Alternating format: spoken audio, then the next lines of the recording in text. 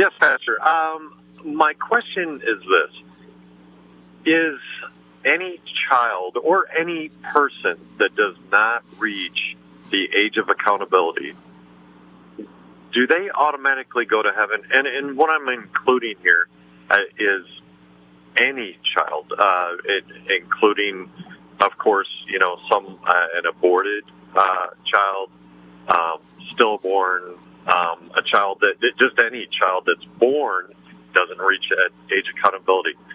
Do they automatically go to heaven? Yeah, and here's why that's a tough question. It's a tough question that I'm probably going to give the answer that a lot of people would expect me to give, but I got to start with the difficulty of it because all of us born since Adam are born in Adam's race, and we are, by definition, categorically separated from God, at least relationally, and therefore we need that relationship rectified by something the Bible calls reconciliation, and God's work of reconciliation is done through Christ, and it's effectuated by someone putting their trust in Christ.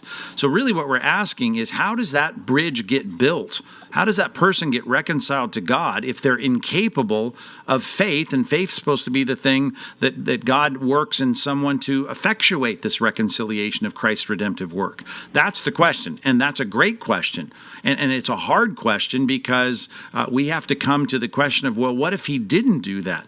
Right, to an embryonic human being that has all of the features of humanity. It's just that child doesn't even have the ability to do math or say his or her name or have faith. He's incapable or she's incapable of faith. Well, then we have to say, okay, what would happen? Well, judgment is really what comes after we face our truth, the truth of being separated from God after this life is over.